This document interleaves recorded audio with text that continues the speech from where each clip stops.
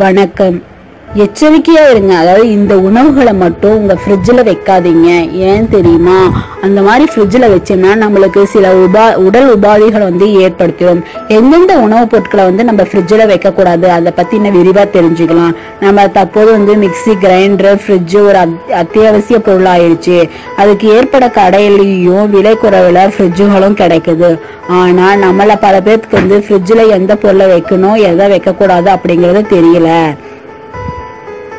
இப்படி தெரியாம வாங்குற அனைத்து உணவுப் பொருளையுமே ஃப்ரிட்ஜில் வச்சு சாப்பிடறதுனாலதான் நம்மளுடைய உடல் பருமன், இதய பிரச்சனை, உயர் கொலஸ்ட்ரால் பிரச்சனை, உயர் ரத்த அழுத்தம், புற்றுநோய் போன்ற பிரச்சனைகள் அதிகமா அவஸ்தைப்பட நேரிடுது. அதனால மக்கள் நலன் கருதி ஃப்ரிட்ஜில் எந்தெந்த பொருளை வைக்க கூடாத உணவுப் பொருட்களை எது எது அப்படிங்கிறது பார்க்கலாம் வாங்க.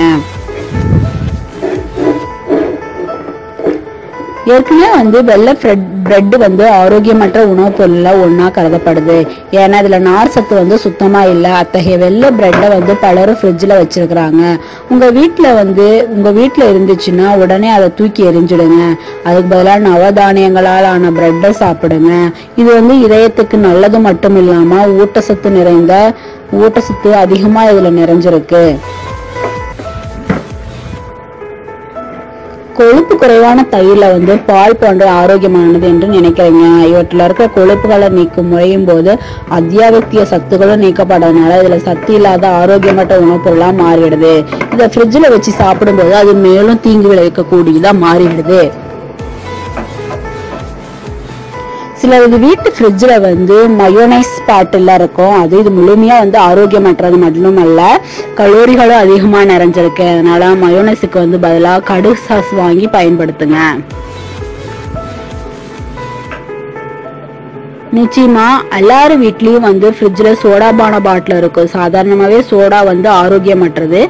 அதுல ஃப்ரிட்ஜில் வச்சு இன்னும் நச்சுத்தன்மை ஆகிடுது. அதனால இப்படிப்பட்ட பானங்களை வாங்குறதுக்கு பதிலாக பழசாறுகளை தயாரிச்சு சர்க்கரை சேர்க்காம குடிங்க. பதப்படுத்தப்பட்ட இறைச்சி வீட்டு ஃப்ரிட்ஜில் வச்சிருந்தீங்கன்னா உடனே அதை தூக்கி எறிஞ்சுங்க. ஏன்னா இந்த உணவுப் பொருள்ல கார்சினோஜெனிக் பண்ற புற்றுநோய் உண்டாக்குற பொருள் இருக்குன்னு நிரூபிச்சிருக்காங்க. அதனால நற்பதமான இறைச்சியை வாங்கி சமைச்சு சாப்பிடுங்க. நிறைய தகவல்களை பத்தி பார்த்தோம். மேலும் பல தகவலை தெரிஞ்சுக்கணும்னு விருப்பம் இருக்கிறவங்க சப்ஸ்கிரைப் பண்ணுங்க. நன்றி.